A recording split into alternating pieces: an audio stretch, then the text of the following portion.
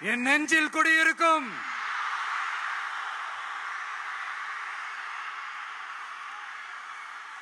புதுச்சேரி மக்கள் உங்கள் அனைவருக்கும் என்னுடைய வணக்கம். வணக்கம் வணக்கம். எல்லாரும் எப்படி இருக்கீங்க?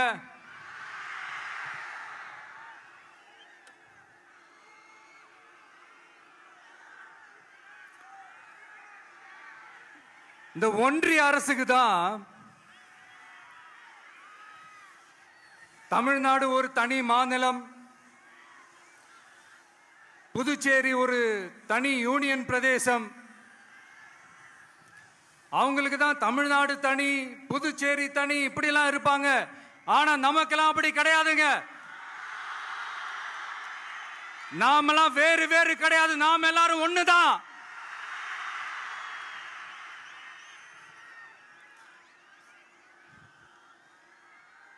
தமிழ்நாடும் புதுச்சேரியும் தனித்தனியாக இருந்தாலும் நாம் எல்லாரும் ஒண்ணுதான். நாம் எல்லாரும் சொந்தம் தான்.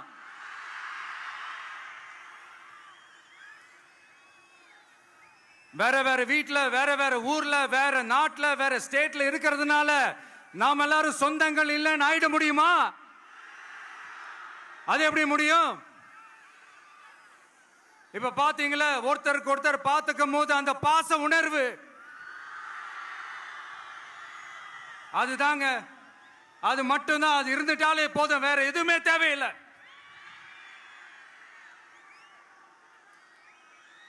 அதனால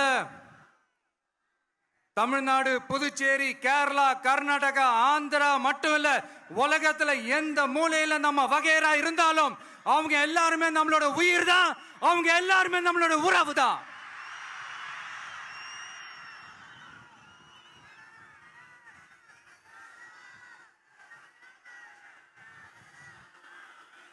புதுச்சேரினாலே உடனே ஞாபகத்துக்கு வர்றது மணக்குள விநாயகர், அரவிந்தர் ஆசிரமம், வில்லியனூர் மாதான் சொல்லி இவங்க எல்லாரும் ஞாபகத்தில் வருவாங்க.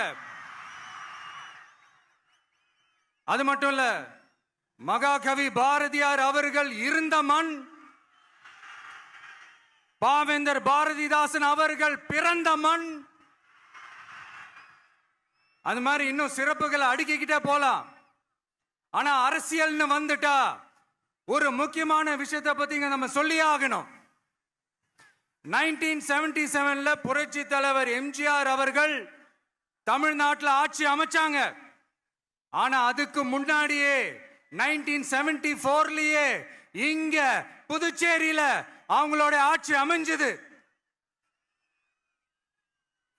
அதனாலதான் அப்பவே சொன்னாங்க, நமக்காக வந்தவர் எம்ஜிஆர், அவரை தமிழ்நாட்டில் மிஸ் பண்ணிடாதீங்கன்னு நமக்கு அலர்ட் பண்ணதே புதுச்சேரி தான். அப்படிப்பட்ட புதுச்சேரியை நம்மளால மறக்க முடியுமா? அது மட்டும் இல்ல, இங்க இருக்கிற மக்கள் தமிழ்நாடு மாதிரியே புதுச்சேரி மக்களும் என்ன கிட்டத்தட்ட ஒரு 30 வருஷமா என்ன தாங்கி பிடிச்சுக்கிட்டு இருக்கிறீங்க.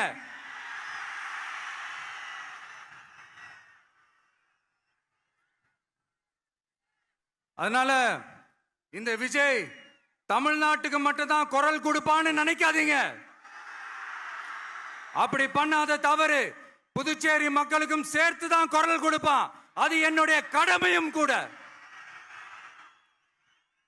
அதனாலதான் இங்க நீங்க ஃபேஸ் பண்ற பிரச்சனைகளை பத்தி இன்னைக்கு நான் பேசுறதுக்காக வந்திருக்கிறேன்.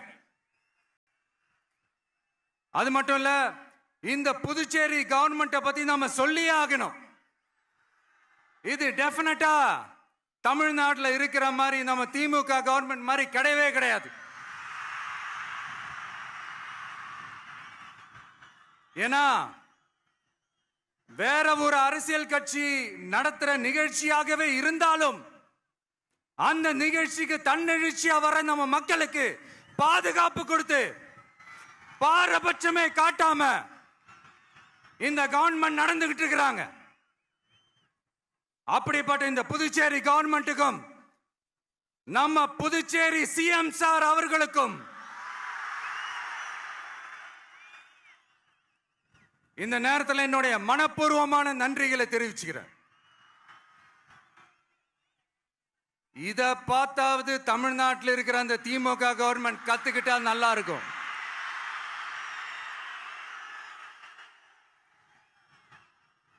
ஆனா அவங்க கத்துக்க மாட்டாங்க. பரவாயில்ல, வரப்போற எலெக்ஷன்ல 100% கத்துக்குவாங்க. அத நம்ம மக்கள் பார்த்துக்குவாங்க.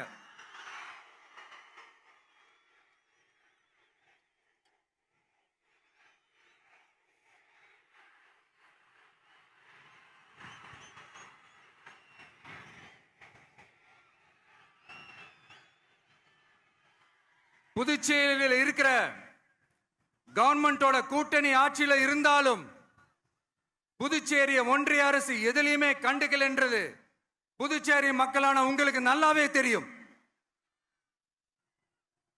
மாநில அந்தஸ்து கோரிக்கையை மட்டுமா கண்டுக்கல, இங்க வளர்ச்சி ஏற்படவும் துணை நிக்கவே இல்லைன்னு கேள்விப்படுறோம். இந்த புதுச்சேரிக்கு இன்னும் மாநில அந்தஸ்து கொடுக்கல. மாநில அந்தஸ்து வேணும்னு கேட்டு பல முறை சட்டசபையில தீர்மானம் போட்டு ஒன்றிய அரசுக்கு அனுப்பி வச்சுக்கிட்டே இருக்கிறாங்க.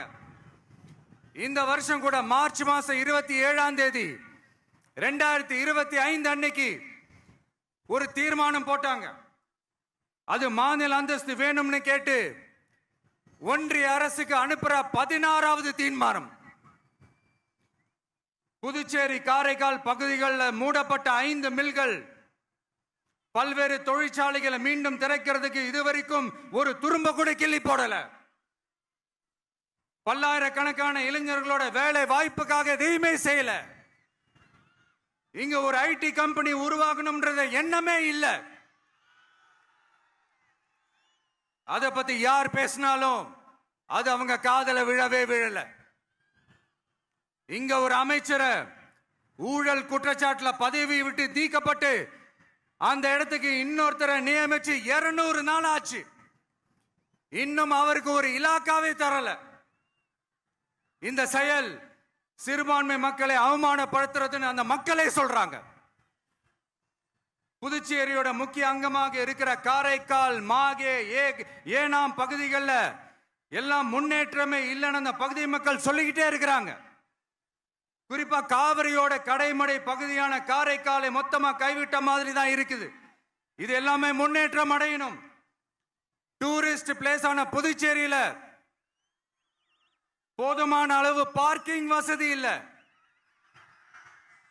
போதுமான அளவு கழிப்பறை வசதி இல்ல. இதெல்லாமே மேம்படுத்தணும். புதுச்சேரி கடலூர் மார்க்கமான ரயில் திட்டம் வேணும்ங்கிறது நீண்ட கால கோரிக்கை. புதுச்சேரி மக்களுக்கு ஒன்னே ஒண்ணுதான் சொல்லணும், இந்த திமுகவை நம்பாதீங்க. அவங்களுக்கு உங்களை நம்ப வச்சு ஏமாத்துறது தான் அவங்க வேலையே. நான் சொன்ன பல கோரிக்கைகளை எல்லாம் தீர்த்து வைக்கிறதுக்கு நம்ம புதுச்சேரி கவர்மெண்ட்டுக்கும் அதோட மக்கள் திட்டங்களுக்கும் ரொம்ப அக்கறையா உண்மையா துணை நிக்கணும். தமிழ்நாட்டை ஒதுக்குற மாதிரி புதுச்சேரியும் ஒதுக்க கூடாதுன்னு நாங்க கேட்டுக்கிறோம். கிட்டத்தட்ட 20 லட்சம் பேர் வாழ்ற யூனியன் பிரதேசமான புதுச்சேரி மத்திய நிதி குழுவில் இடம்பெறவில்லை. அதனால் மாநிலங்களுக்கான நிதி பகிர்தல் அடிப்படையிலும் யூனியன் பிரதேசங்களுக்கான நிதி பகிர்தல் அடிப்படையிலும் புதுச்சேரிக்கு நிதி ஒதுக்கப்படுவதில்லை. அதனால ஒவ்வொரு ஆண்டும் புதுச்சேரிக்கு தோராயமாகவே மத்திய அரசு நிதியை விடுவிக்கிறது. அந்த நிதியும் அரசு ஊழியர்களின் சம்பளம், ஓய்வூதிய தொகை உள்ளிட்ட திட்ட செலவுகளுக்கே சென்று விடுவதால் மீத தேவைக்கு வெளிச்சந்தையிலும் கடன் பத்திரங்களை கடன் வாங்குகிறது புதுச்சேரி. இந்த நிலைமை மாறணும்னா ஒரே வழி, மாநில அந்தஸ்து நம்ம புதுச்சேரி மக்களோட பல்லாண்டு கால கோரிக்கை. புதுச்சேரிக்கு போதுமான நிதி வரத்து இல்லாததுனால வெளியே கடன் வாங்க வேண்டியதா இருக்கு. புதுச்சேரியோட கடனை குறைச்சு தற்சார்பு பொருளாதாரத்தை வளர்த்தெடுக்க திட்டங்கள் வகுக்கப்பட வேண்டும். மாநில அந்தஸ்து வாங்கினா மட்டும் போதாது இல்லையா, தொழில் வளர்ச்சியும் தேவையாச்சே. புதுச்சேரி தென்னிந்தியாவின் முன்னணி இண்டஸ்ட்ரியல் ஹப்பாக மாற்ற எல்லா முயற்சிகளும் எடுக்க வேண்டும். இந்திய அளவில் ரேஷன் கடைகளே இல்லாத மாநிலம் புதுச்சேரி தான். ஏழை எளிய மக்களுக்கு வாழ்வாதாரமே ரேஷன் கடைகள் தான். மற்ற மாநிலங்கள்ல இருக்கிற மாதிரி இங்கேயும் அரிசி, சர்க்கரை, பருப்பு, கோதுமை, எண்ணெய்னு அனைத்து பொருட்களும் வழங்கும் முறை சீராக்கப்பட வேண்டும். கடைசியா மீன் பிடிக்க செல்லும் காரைக்கால் மீனவர்களை அடிக்கடி கைது செய்யும் இலங்கை கடற்படை அவர்களின் படகுகளையும் பறிமுதல் செய்து விடுகிறது. அதனால் நீண்ட போராட்டங்களுக்கு பிறகு அவர்கள் விடுவிக்கப்பட்டாலும் படகுகள் கிடைக்காததால் படு மோசமான நிலைக்கு தள்ளப்படுகின்றனர். இந்த நிலை மாற வேண்டும். நான் மறுபடியும் சொல்றேன், இந்த விஜய் புதுச்சேரி மக்களுக்காகவும் எப்பவும் துணை நிற்பான். வரப்போற புதுச்சேரி தேர்தல் களத்துல நம்மளுடைய தமிழக வெற்றி கழகத்தின் கொடி பட்டொளி வீசி பறக்கும். கான்பிடென்டா இருங்க, நல்லதே நடக்கும். வெற்றி நிச்சயம்.